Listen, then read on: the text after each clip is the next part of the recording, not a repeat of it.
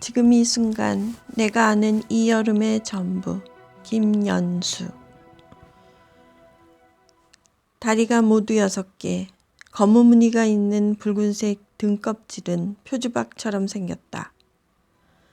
내가 에르타르트를 파는 카페 앞에 스쿠터를 세울 때부터 내 주변을 걸어 다녔던 벌레인데 지금은 테이블을 받치는 철제 둥근 받침판 위로 올라가려고 애쓰고 있다. 차양 아래 5개 테이블 위에 카페에서 제일 싼 커피, 아메리카노, 미국의 소설가 애니 프루프의 시핑 뉴스, 재떨이가 놓여 있다. 나는 고개를 숙이고 이제는 오래전부터 알고 지낸 듯한 느낌마저 드는 그 벌레를 바라본다. 벌레는 6개의 다리를 이용해서 반짝이는 금속 표면을 올라가려고 몇 번이나 시도하지만 다시 미끄러진다. 햇살은 점점 기울고 시각은 오후 4시 50분. 골목길 맞은편 이탈리안 레스토랑의 정원에는 놀랄 정도로 키가 큰 플라타나스가 바람에 흔들린다. 벌레에서 시선을 돌려 그 플라타나스를 바라보면서 나는 생각한다. 이런 동네에 저처럼 크고 씩씩한 튼튼한 나무가 살아남았다는 사실은 기적에 가깝다고. 여기 받침대 위를 올라가려고 애쓰는 딱딱한 등껍질의 벌레에서 연신 참새들이 날아드는 그 플라타나스까지 지금 이 순간 내가 아는 이 여름의 전부다. 내가 아는 여름의 세계가 이 안에 고스란히 담겨 있다. 나는 여름 안에서 더없이 한가하고 평온해진다. 커피가 놓인 테이블 위의 세계. 그 세계에 대해서 내가 알게 된 건 미국 버클리에서 몇 달 머물 때였다. 그때 나는 UC 버클리의 작가 레지던스 프로그램에 초청을 받아 샌프란시스코만에서 그다지 멀리 떨어지지 않은 곳에 집을 구하고 생활하고 있었다. 집주인은 UC 버클리 언어학과 박사과정에 다니는 2 남자였다. 검은색 곱슬머리를 짧게 깎은 남자와 앞치마를 두른 남자. 곱슬머리 남자와 내가 집을 빌리는 문제로 얘기하다가 잠시 말을 멈추자 앞치마를 두른 남자가 집에 있는 차 종류에 대해서 설명한 뒤 어떤 걸 마시겠냐고 물었다. 검은 차가 좋겠네요. 내가 말했다. 집 뒤에 있는 부엌의 스토브에서는 주전자가 김을 뿜고 있었다. 2 사람이 파리로 떠나고 난 뒤에 호텔에서 지내던 나는 그들의 집으로 들어갔다. 붉은 이불이 깔린 그들의 침대와 식기와 향신료와 식재료가 가지런히 정리된 그들의 부엌을 사용했다. 2 사람은 서로 사랑하는 사이였다. 게이들의 사랑에 대해서는 나는 아는 바가 많지 않았다. 그 집에서 머물기 시작하던 1 달 동안 나는 미국 체류를 위한 갖가지 일들을 했다. 사회보장 번호를 받아야만 했고 의료보험을 신청해야만 했고 운전면허 시험을 봐야만 했다. 먹고 살아야만 했기 때문에 매일 쉐이프웨이 같은 대형 매장에 가서 식료품을 사와야 했다. 나의 외국 체류는 늘 그렇게 시급한 생존의 문제를 해결하는 데서 시작됐다. 생활이 좀 안정된 뒤에는 아침에 버스를 타고 UC 버클리로 갔다가 해가 지면 집으로 돌아왔다. 낮 동안에는 대개 도서관에 죽치고 앉아 있었다.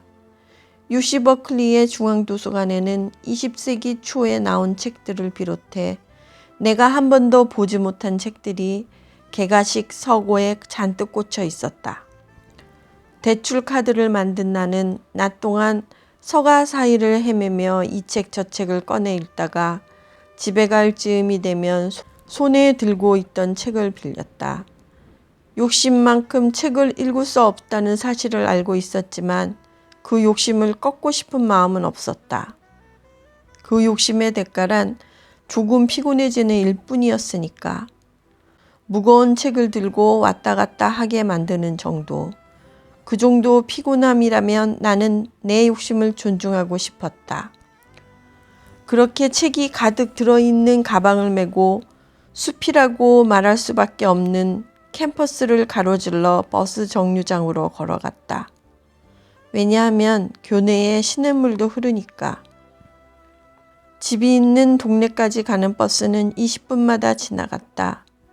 시간표를 보고 곧 올 것 같으면 버스를 기다렸지만 시간이 많이 남아있으면 무거운 가방이 부담스러웠다.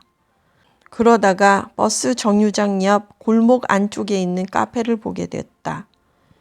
학교 앞에 오래된 카페였다. 캘리포니아는 기후변화가 심하지 않은 곳이니 비가 내리든 날이 환하든 늘 창문과 문을 활짝 열어놓은 카페. 나는 조금 쉬었다가 가면 좋겠다는 생각으로 그 카페에 들어갔다. 한 컵 가득 커피를 받아와서 나는 그냥 앉아 있었다. 책도 읽지 않고 글도 쓰지 않고, 왜냐하면 그건 도서관에서 충분히 했기 때문에. 커피 한 잔을 마실 동안 의자에 앉아서 나는 이슬비가 흩뿌리는 창밖을, 혹은 갖가지 색깔의 분필로 메뉴를 적어 놓은 칠판을, 언제 붙여 놓았는지도 모를 정도로 낡은 액자를 바라봤다. 10평 정도 되는 실내에는 사람들이 들어와 나처럼 커피 한 잔을 마시면서 잠시 앉아 있었다. 때로는 서서 커피를 마시며 카페 주인과 얘기를 좀 하다가 돌아가는 사람도 있었다. 물론 친구와 마주보고 앉아서 담소를 나누는 사람들도 많았다. 하지만 대개의 경우는 나처럼 커피 한 잔을 마실 시간만큼만 보내기 위해서 들어온 사람들이었다.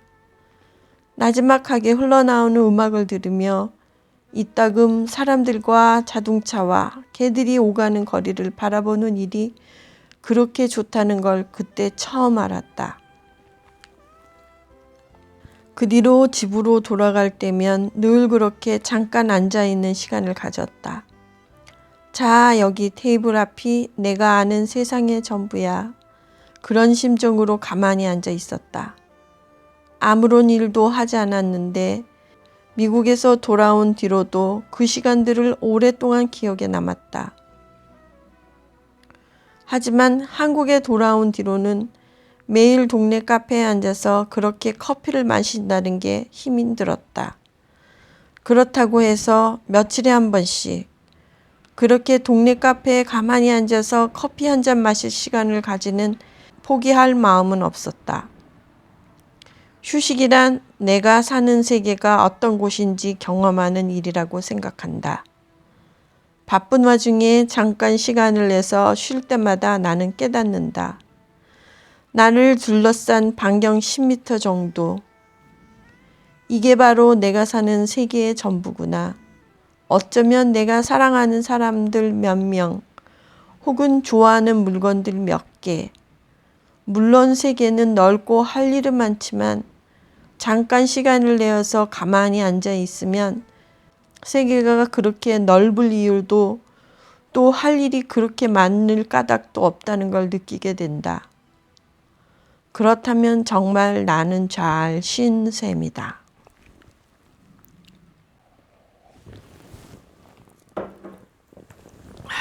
또 읽어봐도 좋네.